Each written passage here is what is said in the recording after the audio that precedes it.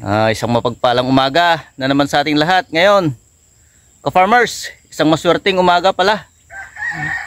Kahapon ka-farmers, hindi tayo nakapunta rito sa taniman natin. Pero nung isang hapon, nung isang araw, nagdilig muna tayo ng ating punlang pipino.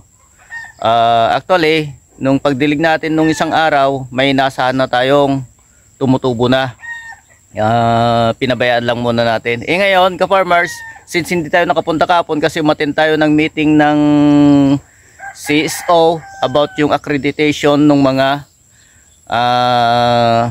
farmers associations, yung mga samahan ng mga magsasaka. Kailangan nating i-accredit yon para laging naka-update para dun sa municipal at saka dun sa provincial.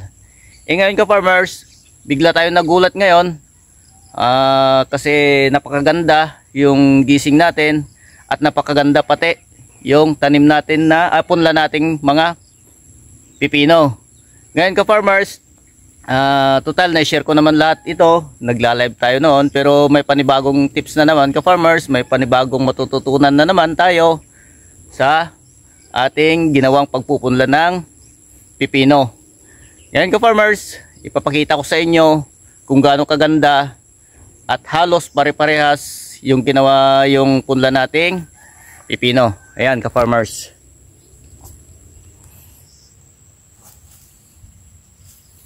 Ayan. Ayan ka-farmers, oh, kita nyo. Halos kung hindi tayo nagkakamali, nasa 98 to 97%. Pero meron tayong mali dito. Actually yan ka-farmers, siguro talagang hindi ko nalagyan yan noon. Yan oh, kasi wala man lang tumubo mas kaysa sa isang guhit na yan. Oh. Yan ka-farmers, oh, tingnan nyo kung gaano kaganda. Oh. Oh. Halos pare-parehas, oh. Diba? Kita nyo naman. Ito naman ka-farmers, yung nasa iba na ito, itong wala pang laman. Ayan, upo yan. Yung ibinabad natin, nag-ulan ng malakas, medyo nag-alanganin tayong ilagay na idirekta, kaya ipinunla muna natin. Yan ka-farmers, may mga tumubo na rin ako dyan, oh, paisa-isa. Ito huli nating pinunla, yan, oh, wala pa, oh. Yan ka-farmers. Ayan, ganyan kaganda yung punla natin ka-farmers, kita nyo naman. Ayan. Kung tutusin ka-farmers, sino ba namang hindi matutuwa o kaya yan matutuwa kasi napakaganda yung pinagpaguran natin. Actually ka-farmers, hirap na hirap tayo maghanap ng lupa noon na medyo tuyo kasi karamihan puro basa ngayon. Ayan. Sa awa ng Diyos naman, nakakakwan naman, yan, maganda na yung punla natin. Ayan. Ayan, oh, kitang-kita sa likod ka-farmers, oh. Ayan.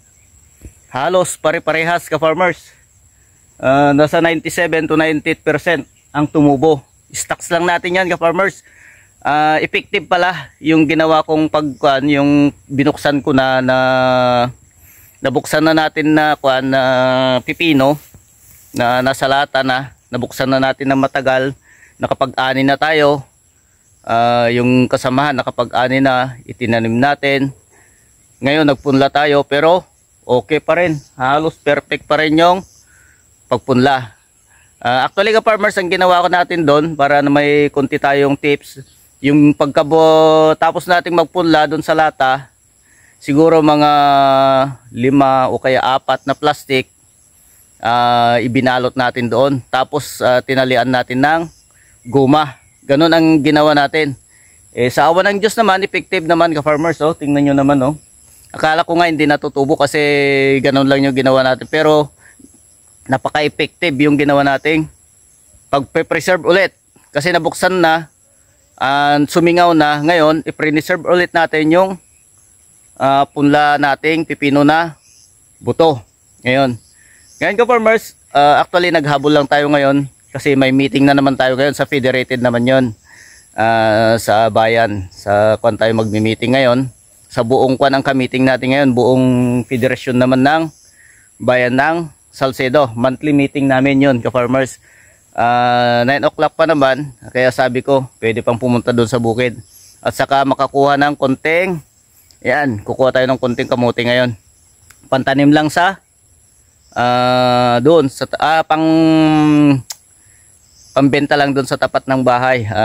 Kahit papaano may mga baon ng mga bata. Ayan, ka-farmers ha. Ayan, kitang-kita nyo naman, oh. Ayan.